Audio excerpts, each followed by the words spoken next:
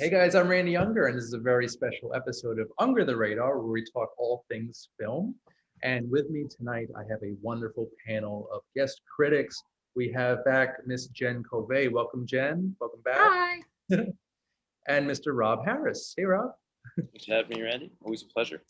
Definitely, definitely. Good to see you guys. It's been a couple weeks, and a lot's changed. A lot of movies have been released. A lot of good stuff out there. A lot of good content.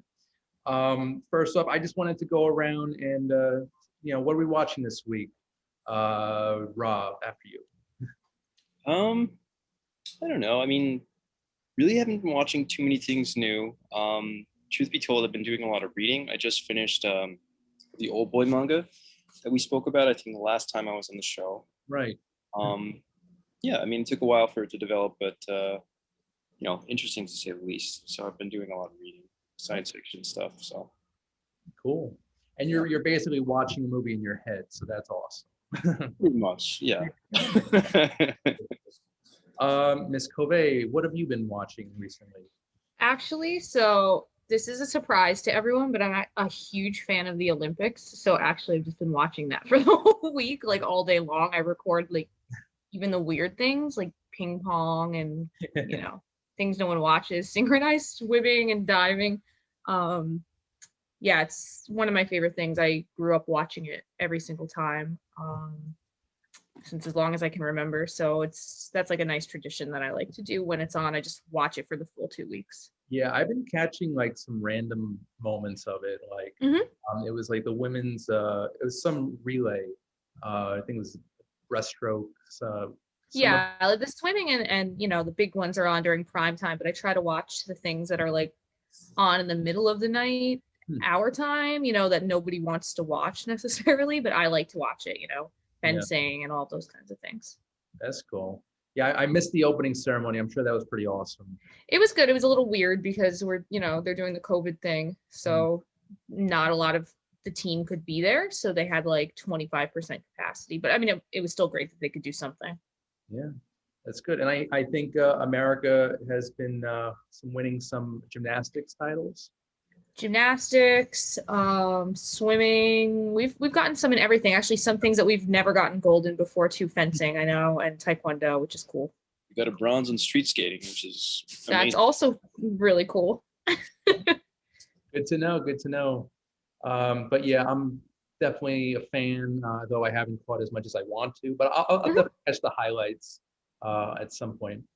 But speaking of exciting stuff, I just want to talk about the new Ghostbusters Afterlife trailer that dropped. This is the second trailer for this is technically the third Ghostbusters film in continuity-wise. It kind of starts from where the second one left off, obviously about 30 years later. And basically we get a kind of a new story, some new characters. Which centers around Egon Spengler's family. And of course, paranormal activity happens in this small town, middle of America, and it's up to these kids, one of whom is played by Finn Wolfhard, who actually was a Ghostbuster on the show, but that's a separate thing. But yeah, this trailer, it was a lot of fun to watch. I think I watched it 3 times in a row, pretty well, 2 times in a row, then a third time later on. I'm not that weird, but it was really cool to see the new footage, and it's as an official Ghostbuster New York City branch, I'm extremely pumped and excited that this is coming out in November. So Jen, what were your thoughts on the trailer? So I'm not as versed in Ghostbusters as you. I like that it seems like it's like a totally different plot line than previous movies, which is really cool. I hate when they try to remake the same thing without advancing it as if like nothing's happened in the last 40 years. Do you know what I mean? Right. That being said, like I get nervous when they remake classics like that because I think that the hype is always so much higher than what people can deliver a lot of the time. As far as what I saw, it seemed like something I would check out regardless. Right. I try to keep my expectations really low with things like that. I'm kind of in that boat too, even as a ghost head. You know, I was so excited for the 2016 movie, uh, Mhm. and then once I saw it, I was immediately disappointed. Yeah. So, We still haven't seen that one, Randy. oh, I mean, I kind of want to see it just because it's part of the Ghostbusters universe, but Mhm. yeah, it's worth checking out just if you're curious. yeah, But as a yeah. diehard ghost head, you know, Right. it was a letdown, and I'm just really hoping that they redeem themselves with this one. That's all. But Rob, I don't know. Are you a Ghostbusters fan yourself? I don't think Yeah, you're. I love Ghostbusters, Randy. I mean, you know, it's something that I grew up with as a kid that like I just liked watching. Like anytime it was on TV, I'd check it out. Like it's just so fun and lovable. Yeah, Um, but yeah, I'm curious, like because there was a Ghostbusters video game like on like the PS2 and like the PS3 Wii era, I think. yeah. It's Um, 2009. yeah, but I mean that story, you know, I mean they used like the actual actors like from the films, and it was like a spiritual sequel. Yeah, So like I'm curious how that compares, you know, to the film that's coming out. I know it's going to be really different, obviously, but right. I don't know if they're gonna reference the video game at all because a lot of fans say that that is pretty much the third movie. You know, it takes place in 1991, just 2 years after the second movie. yeah, You know, you have Dan Aykroyd and Harold Ramis. They wrote it together. They actually wrote the video game. They did, you know, the voices with Bill Murray amongst other actors. So it's an interesting it's a weird little entity. yeah. But So the trailer, you know, for the new film, it definitely looks exciting. Um, you know, I certainly hope that the story is good. Like, I mean, it seems like the direction that they're going might be very interesting. yeah, Mhm. You know, it was pretty funny to see all the Stay Puft Marshmallows crawling around yeah. there. Cute. It's very Gremlins, which I love. Uh, Yeah, yeah, it's a good um, point. I think including Paul Rudd, that was a good choice. We'll see if he. Yeah, I felt like he fit in really well from what I just saw, anyways. Yeah, Yeah, it'd be cool to see him suit up. You know, as be awesome. yep. But I think they're going to focus mainly on the kids in this one. So it's going Which to, is what I kind of liked about it because I was like, okay, this might be a different enough entity that you're not comparing it to the original so much. yeah. Though, so Jason Reitman, he's the director. Mhm. His father, Ivan Reitman, he did the first two films. So basically, this is going to, mention, it's going to, highlight a lot of stuff from the original two films. Right. So it's sort of like an homage and an extension of that world. Mhm. So I think it's going to be pretty good, and I'm excited to go see it I'm very, dressed up with some other people. So it's going to be a fun time. All right, so that's Ghostbusters Afterlife. It'll be in theaters in November. So, and it's been delayed obviously due to COVID. So, the wait has been worth it. So, yeah, we'll see what happens in November. Hopefully, it'll be a good one. I think it will be. So, okay, let's get into our first movie review because we've got three tonight. We'll try to do this as painlessly as possible. I know you guys weren't the biggest fans of at least one or a couple. I apologize for that. Well, no, it's always fun checking out new things. You know? yeah, I mean, you show me a lot of things that I would not have access to otherwise, which I appreciate. So, Okay, so there's a silver lining. But so the first movie I want to get into is Space Jam: A New Legacy, and takes place 25 years after the original Space Jam. Now focusing on LeBron James, who gets sucked into this digital universe, this weird world run by an evil Don Cheadle, who is basically his name is Al G Rhythm, very clever there, and basically kidnaps LeBron James' son, and LeBron must now play a basketball game in order to save his son and basically everybody involved. And so I rewatched the first Space Jam in preparation for this, and it's such a better film than this. yeah. I was let down here. I thought it would be clever and nostalgic. It was a little bit, but it wasn't funny in my opinion. LeBron James cannot act at all. And the visuals were a little overbearing, a little too much at times. I mean, it's good for kids, and I respect that. But as an adult, I really was not impressed. I wanted a lot more. There was so much potential here, and it seems like it was a missed opportunity. Jen, what were your thoughts on So Space you Jam? basically hit the nail on the head for everything that I was going to say. So to give a little backstory here, the first movie was a huge deal in my house. I think it came out when I was about 5 or 6. But the thing is, my dad played on basketball leagues up until I was in high school. They're kind of like semi-pro. He would go all over the place. And so basketball was a big deal in my house. My parents watched it every single night. My dad knew a lot of people that ended up going to bigger leagues, whatever. So we watched that movie constantly. Is it a perfect movie, the original? No. But here's what it had that this one did not have. Comedians.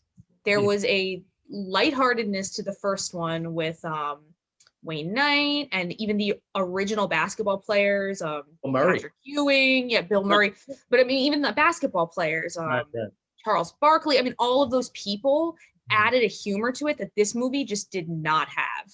LeBron was absolutely unlikable. I don't know if it's because he couldn't act or if he's just like that. I don't follow basketball as much now as I did. I know who he is. Right. But I mean, I think this movie would have been 20 times better if they had Shaq in it. As cliche as that may sound, because everybody likes Shaq. Oh yeah. Do you know what I'm saying? And like LeBron, just to me, I want to root for somebody. Right. And in this case, I just didn't care what happened to him at all. And I think that was a big detriment to this film. Huge detriment, to be honest. And you know what they wanted to do after the first one? They wanted to do like different sports, like I think it would have been brilliant, like if they took it in a whole new direction. Yeah. What were you gonna say, Randy? I'm sorry. No, they were gonna do like with Tiger Woods. They were gonna do just different athletes, like who were the goats, the greatest of all time. I at work, someone just used that phrase, and it kind of stuck with me. I think I'm a little hip now that I use the word. But anyway, this movie, it really it tried to replicate the original, and it really fell flat. It tried to replicate it, but not in the right ways, in my opinion. Like you said, the background was so distracting to me. Half of it was in CGI, half of it was in cartoon. All I remember from one scene is that there was this extra in the background that was dressed as Alice in Wonderland, and that's all I could stare at for like 10 minutes. I don't even know what was going on in the rest of the movie. That was the best part of the movie. The extras in the background were right, but it just didn't fit in with the film, is what I'm saying. It was like so distracting that I couldn't even pay attention to the plot. Like I like a nice, reference to a bunch of other things. I love that they had Scooby-Doo and whatever, but it was almost too much. I lost the plot line entirely. It was like every Warner Brothers property. It was too much. Yeah. Too much. But kids will eat it up. That is something that they love. They love right, but it doesn't make a good film, I guess. No, not at all. And I think this might be off my radar because it's that bad. I wanted to like it. I wanted Space Jam 2. What we got was just not a worthy sequel at all, not a worthy movie at all. And it's a shame, but kids will enjoy it. And also, I wanted to see more of the Looney Tunes. We didn't really get much of them. So Rob and I actually talked about that, and he can talk about it more. But I felt like they had such a storyline right there with Bugs Bunny, not to give away too many spoilers or anything like that. But they started off with like, oh, everybody left our planet. And I think it would have been much better if they had Bugs Bunny have gone out into the real world looking for Michael Jordan to come help him get everybody back. That alone would be a better storyline than what they threw in, which was like this weird, we have to hit every single planet that's ever been, throw everybody in. There was like very little of the team together. I just felt like there was no emotion. And the parts where they had emotion, I don't want to ruin anything at the end, they could have taken it a little farther and they just stopped. I know. It's so sad the way the film pans out. I think one of the stronger elements here is Don Cheadle as the villain. He's a great actor, and I'm sure he Yeah, got. no, it wasn't him. He really wasn't the problem. It just wasn't fleshed out in the right Yeah. places. They could the script could have used a lot more tightening, a lot of more work. Mhm. It's a shame. And so Rob, what were your thoughts, Rob? I'm curious. Well, I mean, one thing that I have to say that I loved, was how they had like the Looney Tunes like in some classic films. Not Yeah. gonna give it away, but there was one film that they showed that was very old and it's within black and white. I don't tell you, I was sitting there and I was clapping as it was playing in the Yeah. theater. I think you know what I'm talking about, Randy. But Wait, black and white. Sorry. well, yeah, like it's a classic film. I'll give you a hint. Oh, you You know what I'm talking about. I think I know what you're talking about. I kind of like this guessing. Um, now. Yeah. All right. Anyway, so yeah, I mean, I did want to see more of the tunes. I mean, like Lola, like was developed a little bit more, which is cool. Like her character was like fleshed out a little bit, but the villains, like the Goon Squad, Yeah. they were not visually appealing. Like their characters like weren't even there. Like the Nerdlucks in the original film, they were funny and like really likable. They were goofy and stuff like that. And they're like, oh, we could be Looney Tunes too. you know. But Yeah, I mean Don Cheadle, like he did a good job and everything like that, but I didn't really appreciate his character. Like I thought it was kind of boring. Hmm. Um, It would be but cool to see like the backstory of algae rhythm, like Yeah. how that presence was created, the inception of that algorithm, that creature, that character. Yeah. That would have been cool. Like, any movie that focuses on a villain and their origin story. Anything else would have been better than what they did. And it's a Yeah. shame because you have movies like, I'll use an example, the modern Jumanji did a really good job with The Rock of creating its own film while still having enough references to the original film that people that were watching that knew both could say, hey, like they threw it back to that and it was nice and happy, but it still was its own thing. This was trying too hard to be its own thing and also something from the past. It Yeah, I was feel weird. like It was not a good balance. trying to live up to the originals, it's a difficult task. Just because the original is iconic at this point. Mhm. But I would have tried to take it in a different direction, as we said. Mhm. Maybe get like known figures or something like that. Like, you could do like somebody who's a music, like, or an actor, like a great entrepreneur, figures from the past or whatever, and get them together, like to make something new, but maybe not call it Space Jam in some way and make it its own thing that's great, with the Looney Tunes. I don't know. Anyway.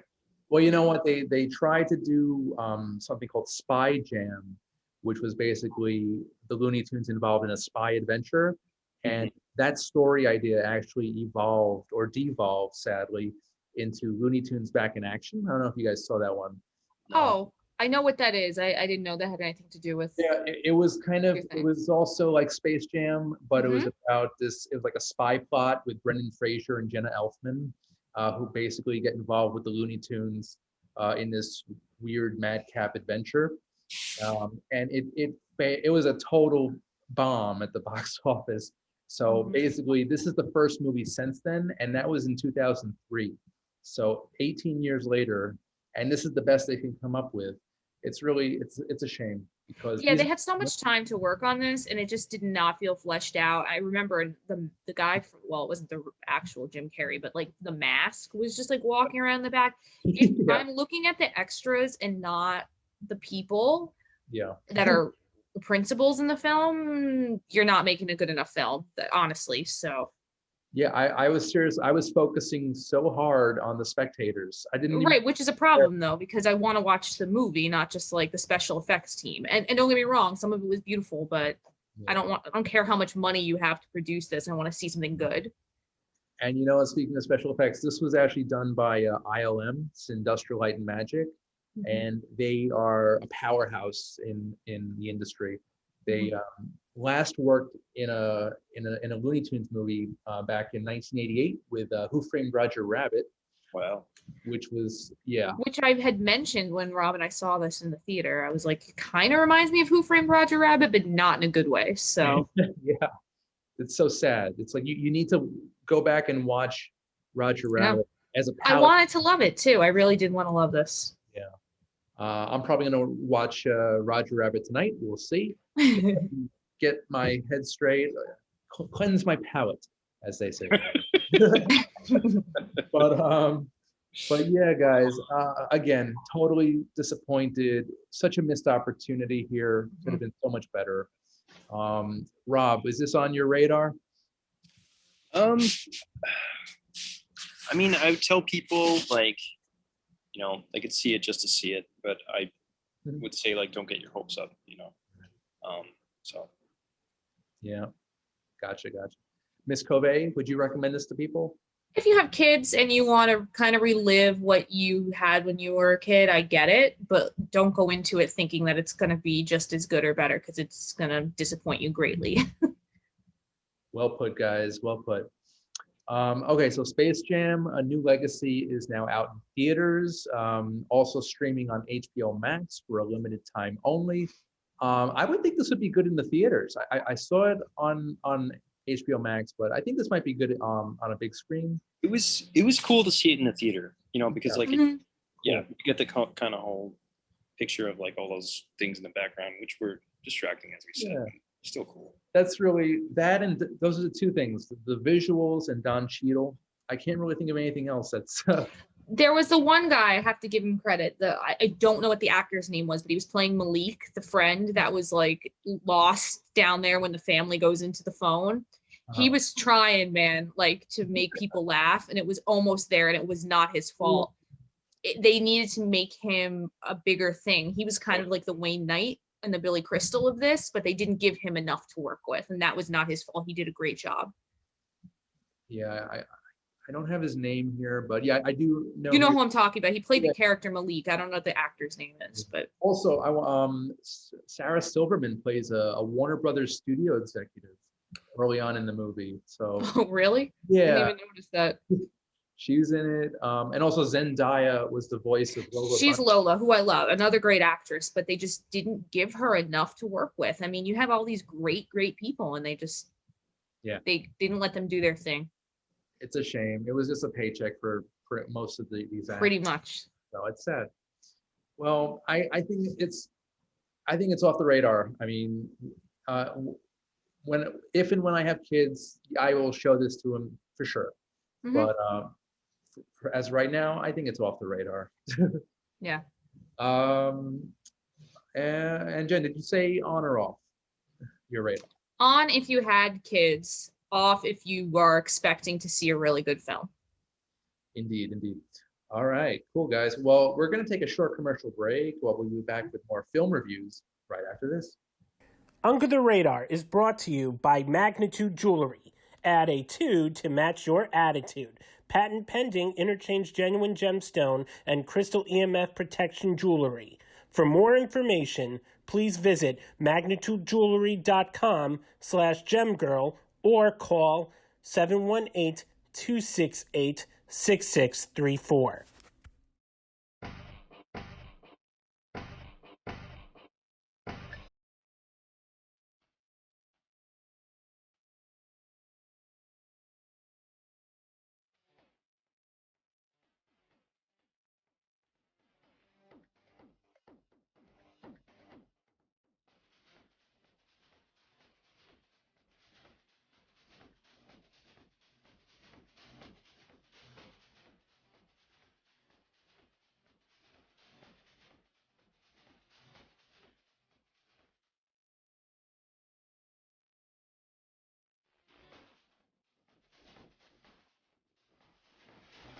Hey guys, welcome back to the show. Randy Younger on the Radar, and we're halfway through, guys.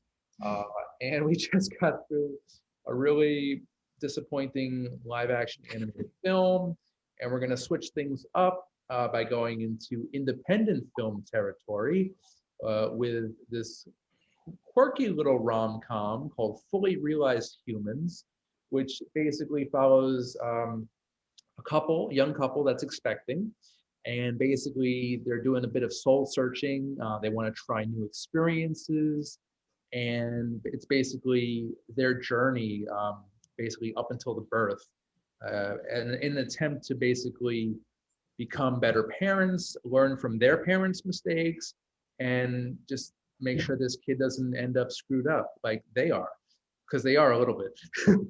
But I liked it.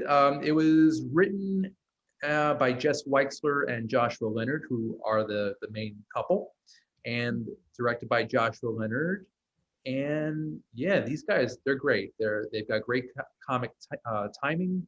They're emotional. The scenes that they share together are very deep.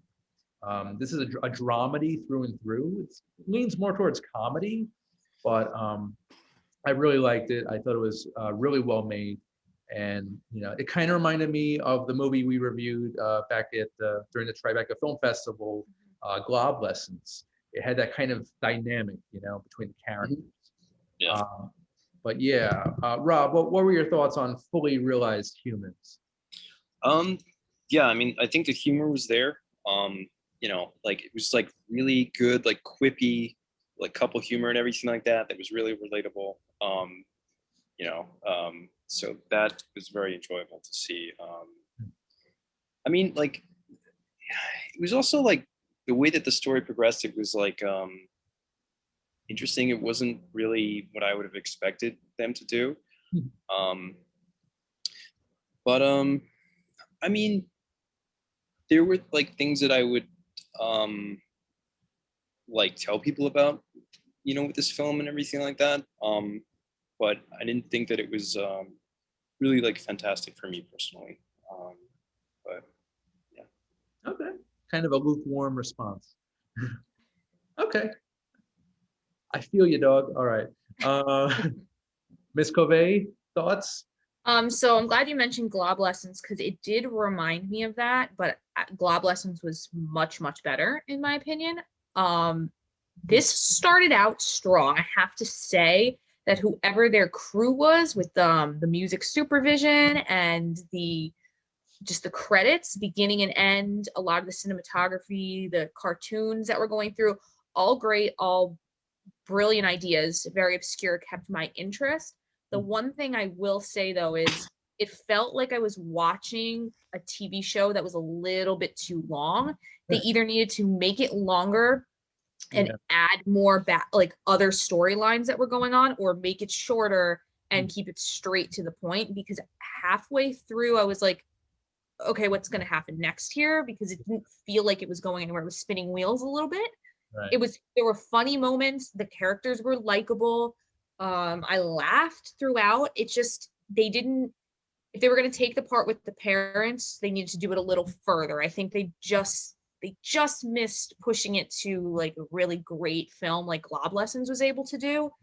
It needed to go shorter or longer, and it ended in an awkward time.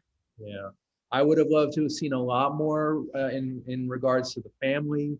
Mm-hmm. Going deep that was the best part. I felt,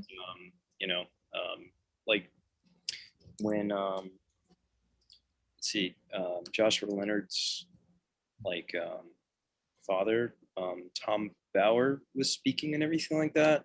Like about his dad and everything like that, and how that like trickled down. Like that was just such a great moment.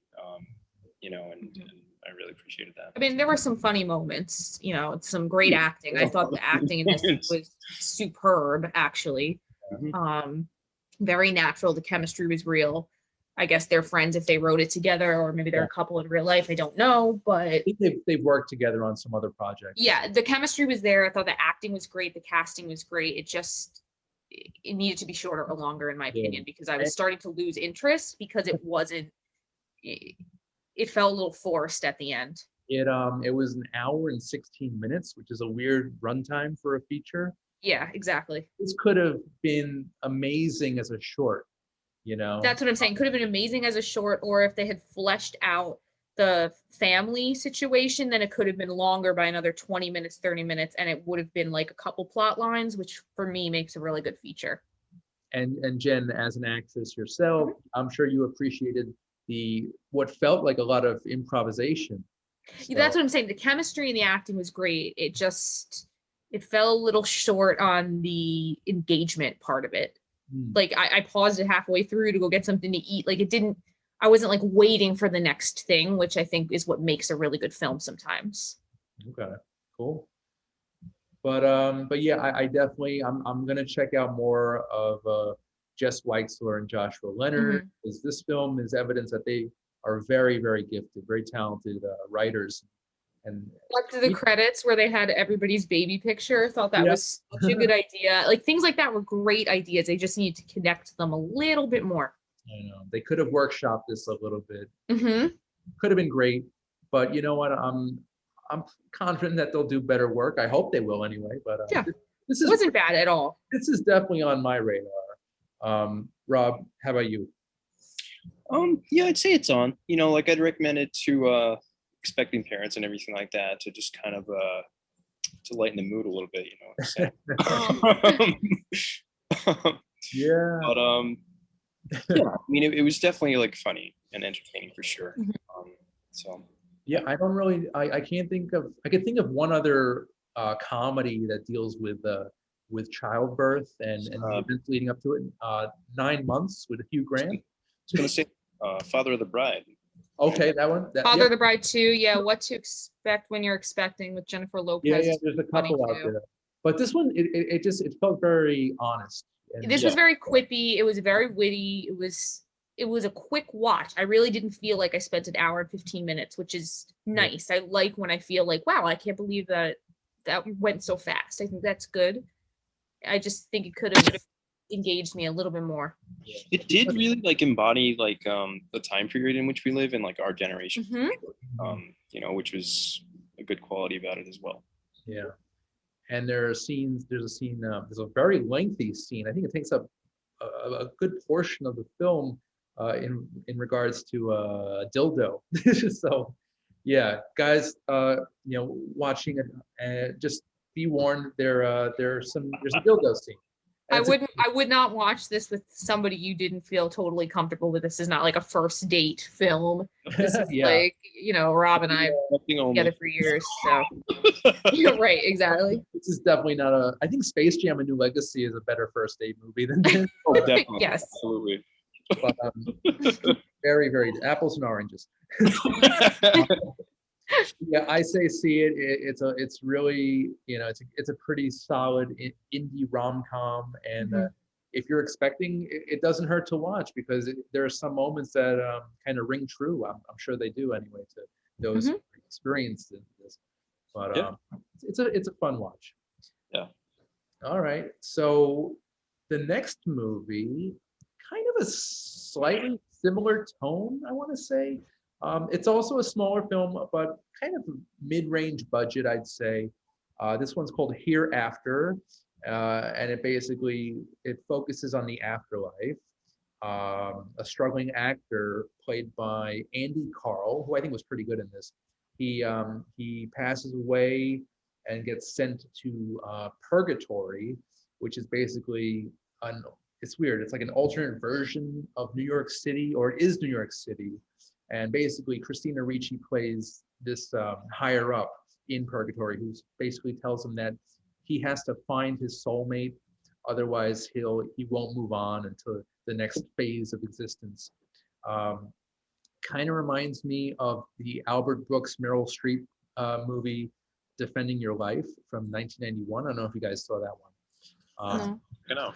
Great movie, a lot better than this one. However, Hereafter, this movie, I thought it was actually pretty enjoyable. In relation to Fully Realized Humans, this one was too long. So, but otherwise, the acting was pretty decent from Andy Carl and his love interest, Nora Arnzetter, who basically she's alive in Manhattan. And basically, Michael has to basically, it's weird. Michael's dead. She's not, she's alive. And they basically are existing together. But in order to move on to the next phase, they both have to be dead. And yeah, this is just a strange little romantic drama, but I thought it was well acted. And Yeah, especially Christina Ricci. She actually was she's pretty good in it. But Jen, what were your thoughts on Hereafter? Okay, so the concept was incredible. I was like, oh wow, a different take on this. My issue is they did not keep it interesting throughout. I actually fell asleep watching this at one point because I was like, when are we going to get to whatever the point of this movie is? And Okay. that was the biggest thing, which you hit on when you said that it was too long. I thought that the idea of, going into the afterlife and having to find your soulmate in purgatory was a unique, interesting idea. The problem is there are so many films out there that have to do with like one person being in the afterlife and their soulmate being in a different time period that they didn't play it right, and it kind of became a cliche a little bit throughout. There were some really great moments, but it needed to get to the point a lot sooner because there were scenes where I literally couldn't keep my eyes open. Rob woke me up and I was like, oh, I didn't even know I fell asleep. So that was not great. Yeah. I liked the cinematography. I liked him going and seeing what his parents were doing after he died. I felt for him because he was like, okay, I want to go back to like human life now. But the bouncing around of him talking to random people felt like fruitless a little bit. I was thinking, are they throwing these people in here because they owe these actors favors? And they're like, yeah, hey, be in my feature film. Like there was just so much pointlessness to the first hour. I don't know. It didn't grip me in a way that I wanted it to. Right. I mean, I really love the show, The Good Place with Kristen Bell. I don't know if you've ever seen that. I think I saw one episode, but Ted Danson's in it. Yeah. Yes. So that also takes place in the afterlife. It's a TV show, not a movie, but they did it in such a way where you're kind of like, oh, what's going to happen next? What's going to happen next? And you never knew which way it was going to twist and turn. In this case, I was waiting for like a twist or a turn or something, and it never came. So. Yeah. And there's a subplot with like this crazy obsessed stalker of the woman, the lead in this. Kind of felt a little bit like Ghost with Demi Moore. Yeah. Rob said that when we were watching it. Yeah, I would have liked to have seen more of that. Like take more of like a thriller type approach. Yeah, there was like 40 minutes of time in here where I thought it could be cut out and edited, honestly. Yeah, it definitely. My main criticism is that it dragged. It went on way too long. This was over 2 hours, and this could have easily been an hour and a half, an hour 45 minutes easily. I wish it were, but it wasn't. But Rob, what were your thoughts on the film? Yeah, it was definitely interesting. I appreciated that. It was a romantic story that was different. But there were some things that I was a little bit disappointed with. Michael Rispoli's character, Angelo, his friend that he seeks out. Right. I would have really liked to see that story arc concluded a little bit more. Like I would have liked to see other characters besides like the two love interests throughout the film. But yeah, if there was more of like the stalker character, because that felt like a little bit rushed with him in there. Like it wasn't conclusive. Yeah, they kind of just threw him in as kind of like the wacky comic. It's like a point of conflict, and it's like, oh, okay, like I guess this guy's crazy. Like right. But yeah, Nora Arnazadir and Andy Carl, like they really like did a good job acting. They had good chemistry together. And yeah, I mean, like if it was like more, succinct. Yeah. Also, like Jen was saying that she fell asleep at one point.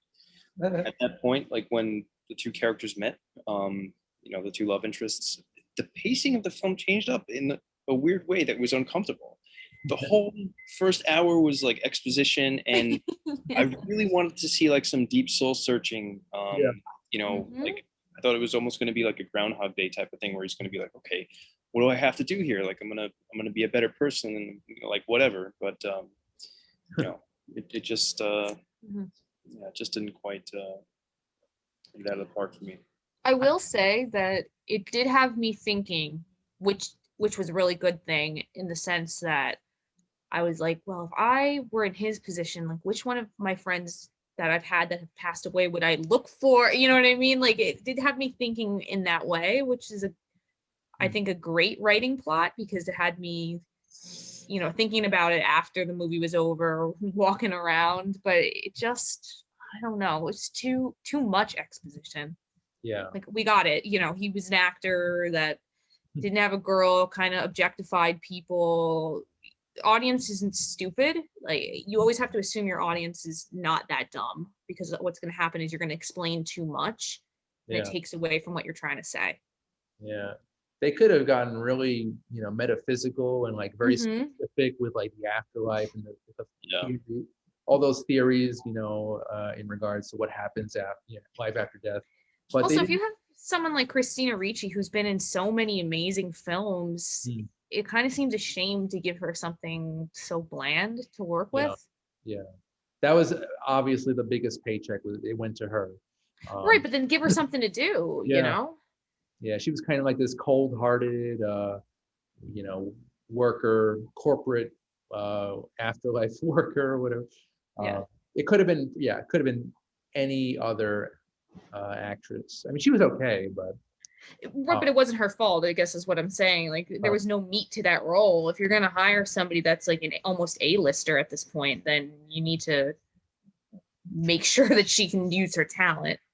it would have been cool if they had an A-lister for the male lead, because Right. Andy Carl, I've never seen him before. I thought he was okay. Mhm. Kind of like this everyman character. I didn't dislike him for the role. I thought he acted it just fine. But again, somebody else who wasn't very likable. In this case, I think the point was for him not to be very likable, which he portrayed fine. But there was no softness to him at all. Yeah, there was something off for sure. Hmm. I thought she was great though. The female Nora. I'm gonna butcher her name. Nora Arnes. I thought she was fantastic. She really was. Yeah. Really good. And again, I would have loved to have seen more stuff with the crazy stalker. I thought that would have been a fun movie, but I could just watch Ghost and be just as That's what I was satisfied. gonna say. Just, watch The Good Place if you want a good time in a half an hour, and you can watch it at whatever pace you want. So Yeah. And guys, I mentioned Defending Your Life earlier, and just a fantastic movie about the afterlife, love and death, and what happens in the great right, beyond. but with so many movies like that, there's no need for this one, which sounds harsher than I want it to. But if you're gonna do something that's been done so many times, you need to do it all the way. Yeah, and I just want to mention real quick, I think the original title was Faraway Eyes, Hmm. which I think that's a prettier title. Would have been, I don't know. There's also another movie that's called Hereafter. So every time I tried to look up who was in the film, I kept getting the 2010 movie, which you Is never that, want that, especially in that an indie is film. that the Matt Damon one? Yes. I remember not liking it very much. Right, but if I'm going to type in, if I'm going to make a movie, I want somebody to be able to find me first when I Right, of Google course. it. True. Instead of when I type in Under the Radar, I get Under the Radar. Right. Anyway, but I like this movie. Again, it's too long, but I say it's worth a shot, especially if you're fans of Christina Ricci. You get to see her in a Yeah, I know. I was so happy to see her. Rob loves her, except that he didn't even notice it was her at first. I was like, "That's Christina Ricci," and he was like, "Oh my god!" oh because of the blonde hair. Yeah, Yep. she's typically a brunette, I guess. But yeah, she's fantastic, and Yeah. I loved her in Black Snake Moan. I think that was pretty good. That one Among was us. good. She's great in Now and Then too, even though she's only like 13 years old. But No, she was. I think one of the first things was the Addams Family in 1980.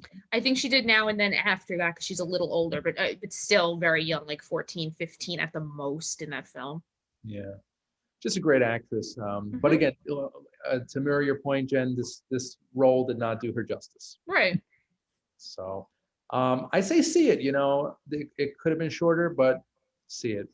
Yeah, this would be on my radar one time, and then I wouldn't need to see it again. Exactly. Rob, would you recommend this to other people? Yeah. I mean, I'd say get your popcorn ready and stuff like that because you're in for the long haul. Perfect. I love it. I love that. So yeah, Hereafter is currently playing at the Cinema Village in New York and is also on demand everywhere. So check it out. It's pretty good. Pretty good. All right, guys. So some coming attractions for this week coming up. We've got the Suicide Squad, which is another, I believe it's a sequel to just Suicide Squad. They just added and it basically continues the story of the ragtag group of anti-heroes who are saving the world once again, led by Harley Quinn, played by the great Margot Robbie. So that should be a fun one. And also we've got a drama thriller, John and the Hole. I'll read the synopsis. A coming-of-age psychological thriller that plays out the unsettling reality of a kid who holds his family captive in a hole in the ground. So sounds interesting, promising. I'd check that out. Okay. And now, guys, is the time for plugs. What's going on? Jen, I know you always have something cooking. Well, as always, everybody can follow me on Instagram, which is j.co100, or you can add me on Facebook. I post casting calls and things that I'm in all the time on there. So if you're interested in that, you can go there. I'm currently filming and I'm acting in a film called Modern Life of a Seer, which is going to come out probably in the winter time. It'll go to all the festivals. I'll be sure to post that as well. I've done little teasers so far. I just finished casting a film called Sucker that'll come out also in the winter. They're going to start filming it next month. And I'm directing Aladdin, which actually goes up this weekend. So you're directing Aladdin? Yes. Did I hear that? Did I hear that right? Yes, I know you'll love Aladdin. It's the young version. All my kids in it are teenagers, but still really good. It's really nice to have live theater back. I've gotten to work with them for the last month, so it's great. Oh my God, the live theater, yeah, just there's nothing like it. There's nothing like it. Yeah. Cool. Rob, anything you want to promote? Yeah. For all you under the radar moviegoers out there, be sure to check out Mr. Cheapo CD and Record Exchange. 2 locations, one in Comac, one in Mineola. So yeah, honestly, guys, they've turned me on to a lot of films that I wouldn't have seen otherwise. I go in there and I could ask them if they have something, and they'll be like, "Oh, we don't have that, but you might like this." And like I found a whole trend that I got into because of that. So anyway, very cool place. Highly recommend it. What were some movies that they recommended? I'm curious. There was this movie called Mr. Vampire, and it's a Chinese horror film, but it's more of a comedy than anything else. And I love it personally. Yeah. I found out about it. And I'm like, what is this like kind of film? Like, it was just really funny and like wacky. And yeah, I watched like the second one with Jen. Mr. Vampire 2 is by far the best ones. Yeah, like I mean, I was watching with my good friend, and Jen was kind of just like doing her own thing in the corner, and she's looking up and she's like laughing and really enjoying it. She's like, "Rob, great, nuts!" Like, I mean, it's a very quirky cult classic kind of film. It's not like good, you know what I mean? But like, it's crazy, and it's so crazy that it's good. It's one of those kinds of things. It sounds like What We Do in the Shadows a little bit. Is it? It's like slapstick humor, but it also has martial arts. It's just really goofy, but it, like I know some people like hate slapstick, but this is like more relatable, I think. Okay.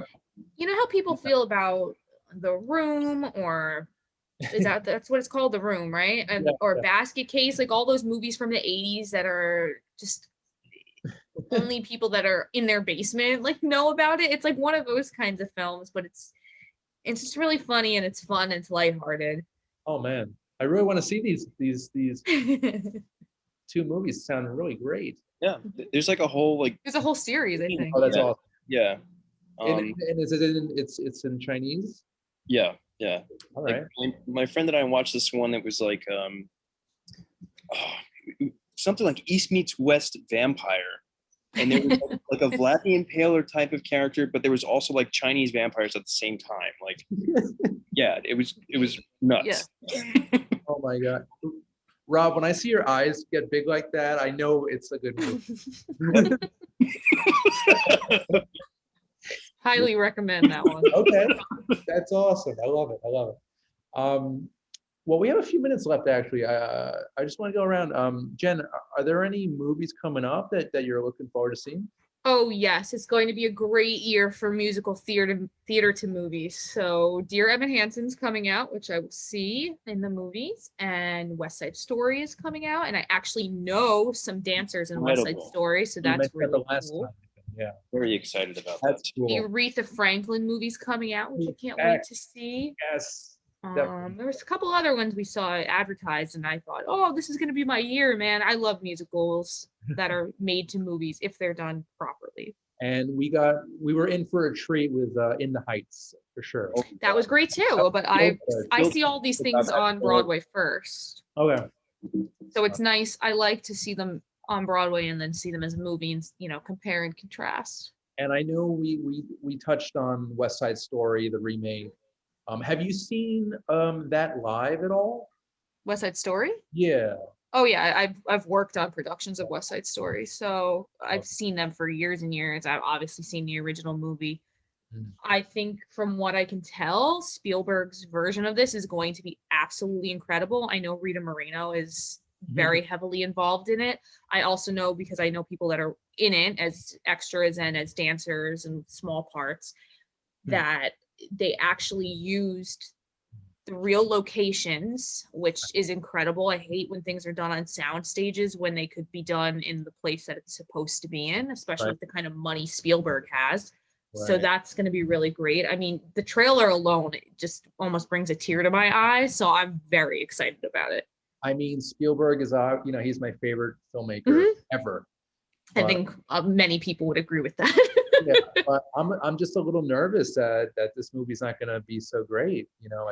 Again, you can't capture lightning in a bottle twice. I agree with you, but here's the thing. West Side Story as a musical done outside of the original movie is usually always fantastic, even in community theater productions of it. I mean, I've worked on regional equity, all those kinds of productions of it. And it's the magic is always there because the story and the music itself is incredible. So to add Steven Spielberg to it, I mean, I think people shouldn't go to compare it to the original one because it's going to be totally different. But I think he's going to make it into a new cinematic masterpiece. I really do. Well, and he's using Janusz Kaminski, who has been with Spielberg since The Lost World, Jurassic Park in 1997. He's also using all actual theatrical singers and dancers. This is not going to be one of those things like Les Mis where they're getting Hollywood A-listers to try to sing a song or dance. This is all people that have been on Broadway or other things. So. Oh, nice. Were you approached at all? I'd love to see. I do not fit the stereotype roles in here, casting wise, although I would love to be a part of it. I am not Italian or Hispanic, so no, but I do know a lot of very talented people that will be in it. So. And you can't beat that soundtrack. That is one of the best. That's what I mean. There's never been a time that I've seen it, even in the lowest budget versions, that it hasn't been very good. Yeah, I mean, it doesn't get as good. It's as good as it gets when you hear America. I love that song so much. And like I said, Rita Moreno is involved with it, so that there's not going to be any, shady things going on there. A couple of the other cast members are still alive too, and George Chakiris. Yeah, I just know that I know that she's still involved with theater. I mean, she's involved in the Heights as well. and a bunch of other things. So Nice. I have faith that it'll be great. Yeah, and as long as Spielberg, yeah, if it takes place in actual locations in New York City, then we're in for another treat. Because I loved In the Heights because they filmed, on the in Upper Manhattan. It just, you were there. You felt like you were in the streets. It really adds to it, I'm telling you. Yeah, it's so good, so good. Rob, what are you looking forward? I know you're looking forward to Dune. Yes, I mean that goes without saying. I know that's a little bit of a ways away. I think it's coming out in October. Yeah, I can't even say enough about that. But I did see a trailer for The Green Knight. I really don't know much about it, but it looks visually very interesting. It looks like a mythical story, like Arthurian legend and everything like that. And I think that comes out in 2 days. Yeah. So I might end up seeing that over the weekend. Okay. It looks super interesting. So yeah. There's a possibility that we might be reviewing it next week. So Go. yeah. Spoiler, no. Yeah. But okay, The Green Knight, yeah. I love Dev Patel, Slumdog Millionaire, The Man Who Knew Infinity. Very, very, really good actor. Yeah. And this is probably gonna, I think I could just feel like some award nominations coming up for him, because yeah, he's fantastic. Okay, guys, so I just wanted to mention real quick the Bentonville Film Festival taking place August 2nd to the 8th, both virtually and in person. This year's festival will include the events like a very special Gina and Friends, a screening of Thelma and Louise, followed by a Q&A with Gina Davis and screenwriter Callie Corey, along with a slate of films where 71% of the projects are directed by women, 75% by people that are BIPOC or AAPI, and 33% by people of the LGBTQIA plus community. And if I butchered any of that, I apologize, but I love Gina Davis, fantastic actress, and she's basically the chair for this film festival, the Bentonville Film Festival, August 2nd to the 8th. So check it out. Thanks for letting me know. Yeah. So for more, the first films ever really made were all done by women. So yeah, well, there you go. And for more information on the Bentonville Film Festival, just go to the website, just search for Bentonville Film Festival. All right, guys. So I want to thank you so much for tonight. This was a great show, as always. Always welcome. Rob, I'll maybe see you next week. I don't know. Okay. Let me know if you want to do The Green Knight. Yeah. Okay. All right. I love it. And Jen Cove, always a pleasure to see you. Thank you. Thanks for having me. Anytime. All right, guys. Well, I want to thank you for watching and listening at home and on your devices. And if you want to see new episodes like this one of Under the Radar, you can check them out on Manhattan Neighborhood Network. And it is actually the lifestyle channel where you can watch on cable channels FiOS 34, RCN 83, and Spectrum 56 and 1996.